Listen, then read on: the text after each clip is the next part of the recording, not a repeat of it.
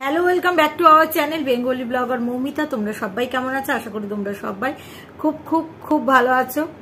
তো যারা কিনা এখনো পর্যন্ত আমার চ্যানেলটিকে সাবস্ক্রাইব করোনি, অবশ্যই সাবস্ক্রাইব করো, অল নোটিফিকেশন অন করো, লাইক করো, কমেন্টস করো, ভিডিওটা ভালো লাগলে অবশ্যই শেয়ার করে দিও।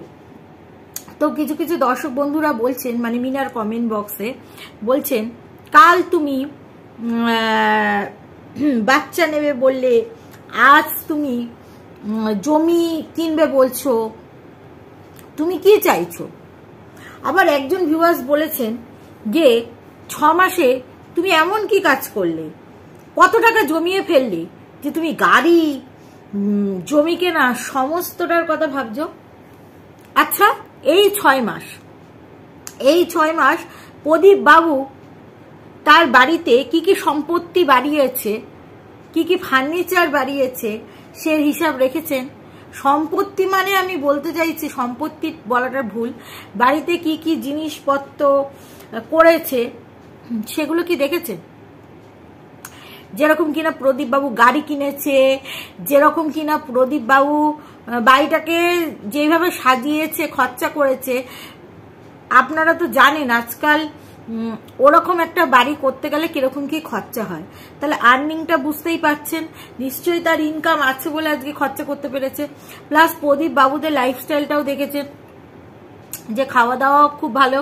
তারপরে হচ্ছে আপনাদের হচ্ছে কি বলবো, প্রদীপ বাবু কিন্তু এখন সাইকেল ব্যবহার করে না, এখন কিন্তু সবসময় গাড়ি, এবং গাড়িতে যথেষ্ট তেল লাগে। তেলের কি লিটার কি দাম সেগুলো হিসাব করে নেবেন। তো যাই হোক, এবার কথা হচ্ছে, মিনাকে অনেক দর্শকরাই বলেছে যে তুমি যখন সংসার থেকে চলে এসছো, তোমার যখন ওখানে অসুবিধা হচ্ছে, তাহলে তুমি তোমার নিজের জীবনটাকে মানে সুন্দর করে গড়ো। যেমন কিনা তুমি পড়াশোনাটাকে শুরু করো, যেমন কিনা তুমি একটা জমি কেনো, যেমন কিনা তুমি একটা বাড়ি করো। দেখো, আজ দাদা বৌদি ভালোবাসছে, কাল তো নাও ভালোবাসতে পারে। তো এই সমস্ত বিষয়গুলোর কথা ভেবেই বলেছে। আজ ভালো লাগছে, কাল নাও লাগতে পারে ননদকে। এটা কিন্তু একেবারেই সঠিক কথা। তো সেই জন্যই দর্শকরা বলেছে। এবং মিনার একটা গাড়ি কেনার ইচ্ছা ছিল, তারপরে মিনা ভাবলো না, একটা নিজের জমি কিনবো, তারপরে নয় গাড়িটা কিনবো। আর সে তার সাথে সাথে যেরকমটা তোমরা মিনাকে বলেছো যে তুমি মোটা হয়ে যাচ্ছ, শরীর চর্চা করো, সেরকমটা করছে। এবার দেখো, রোগা তো মানে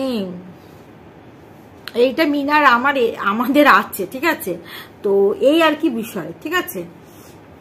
মানে আমরা খুব খেতে ভালোবাসি, তো রোগা হতে আমাদের একটু সময় লাগবে। তো যাই হোক, তো গতকাল প্রদীপ বাবু লাইভে চলে আসলো। হ্যাঁ, যেহেতু বাচ্চার কথা বলেছে, প্রদীপ বাবুর তো বাচ্চা দেখিয়ে দেখিয়েই বেশিরভাগ ইনকামটা হয়। তো প্রদীপ বাবু তাড়াতাড়ি করে লাইভ এসছে, অথচ লাইভে এসছে কমেন্টস পড়ছে না। আমি তো বিশাল লেগে গেছি, আমার কমেন্টস পড়ছে না ঠিক আছে, মানে আমি শালি আমার কমেন্টস পড়ছে না ঠিক আছে, কিন্তু আরো যারা রয়েছে, যারা প্রদীপ বাবুকে ভালোবাসে, তাদের কেন কমেন্টস পড়ছে না? প্রদীপ বাবু নিজেই বকে গেল, কি বার্তা দিলেন যে তোমরা চিন্তা করো না, আমি আমার ওই যাকে আমি ছেড়ে দিয়েছি তাকে আর মানে নেব না, এরকম একটা বিষয়। এবং আজকেও প্রদীপ বাবু ব্লগ দেখালেন, তার সাথে সিঁড়ি ভালো ডিজাইন করা জিনিসপত্র এনেছে, তার সাথে উনি এই বার্তাটাই দিলেন যে ওনার মানে বউকে আর নেবে না। বলছে দ্বিতীয় স্বামীর কাছে। প্রদীপ বাবু, কোনো প্রমাণ আছে? আপনি এত নোংরামি করছেন কেন আপনার বউকে নিয়ে? নেবেন না সে ভালো কথা, কিন্তু সোশ্যালি এত নোংরা করছেন কেন? কোনো প্রমাণ দিতে পারবেন?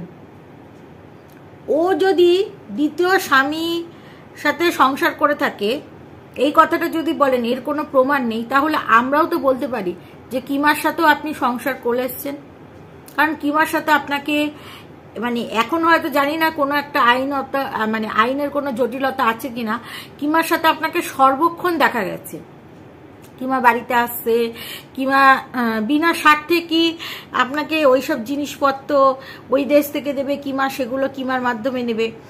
নিশ্চয়ই তো একটা সম্পর্ক আছে না। আপনারা বলছেন দিদি আর ভাইয়ের সম্পর্ক, কিন্তু এখানে তো ডাল মে কুছ কালা তো হ্যাঁ না, ডাল মে কুছ তো কালা হ্যাঁ। তাহলে মিনার আপনি কলঙ্কিত করলেন, বললেন ওর বয়ফ্রেন্ড আছে, মিনা স্বীকার করে নিল, তারপরেও গিয়ে আপনি এখন বলছেন কি বিয়ে হয়ে গেছে। দেখুন মানে সংসার করতে করতে মনটা একটু অন্যদিকে চলে গেছে, তা বলে বিয়ে হয়েছে এই প্রমাণটা কিন্তু কেউ দিতে পারবে না। আপনারাই তো বলেন যে যেটা ভিডিওতে দেখা যাবে না সেটা না বললে লিগাল নোটিশ পাঠাবেন। এই প্রদীপ বাবা আপনারা স্বভাব আছে লিগাল নোটিশ ফোটিস নিয়ে দৌড়াদৌড়ি করা। তাহলে এটা কি দেখা গেছে প্রদীপ বাবু? আপনি স্ট্রাইক দিয়ে দিলেন কেন? আপনার চ্যানেলটা যখন মিনার ভিডিও রয়েছে, আপনার বউ থাকতেই পারে,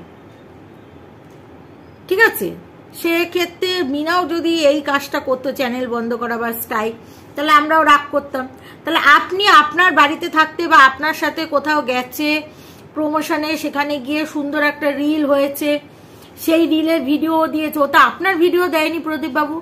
আপনার মানে আপনি কখন স্ট্রাইক দিতে পারতেন যে না ওখানে আমার ফটো দেখা গেছে, আমার মান সম্মান হানি হচ্ছে, আমি যখন ওর সাথে সংসার করব না তাহলে ও কেন আমার ফটো দেবে, তাহলে আপনি স্ট্রাইক দিতে পারতেন। আপনি কিন্তু বিনা কারণে স্ট্রাইকটা দিলেন ওই কিমাদাল্লির বুদ্ধিতে, আমরা বুঝি না কিছু, ঠিক আছে। আর ছেলের কথা এতদিন মনে পড়েছে কি পড়েনি সেটা তার ব্যক্তিগত ব্যাপার, ঠিক আছে। সে হয়তো বুঝতে পেরেছে মিনা যে এই মুহূর্তে ছেলেকে আনলে আমার নিজের জায়গাটাই টালমাটাল, এই মুহূর্তে আনা যাবে না, কিন্তু এত মাস পরে বুঝতে পেরেছে যে এখন আমি মোটামুটি ভাবে প্রতিষ্ঠিত, কিছু কামাই ধামাই হয়ে গেছে, এখন আমি ছেলেকে এনে সুন্দরভাবে রাখতে পারি। তাহলে আপনি কেন বলছেন যে ছেলে পাবে না, বা আপনার দলের মানুষরা কেন বলছে যে ছেলে পাবে না? ভারতবর্ষে এরকম কোনো আইন নেই যে মা চাইলে সন্তান পাবে না, বুঝেছেন? পেতে বাধ্য, ঠিক আছে।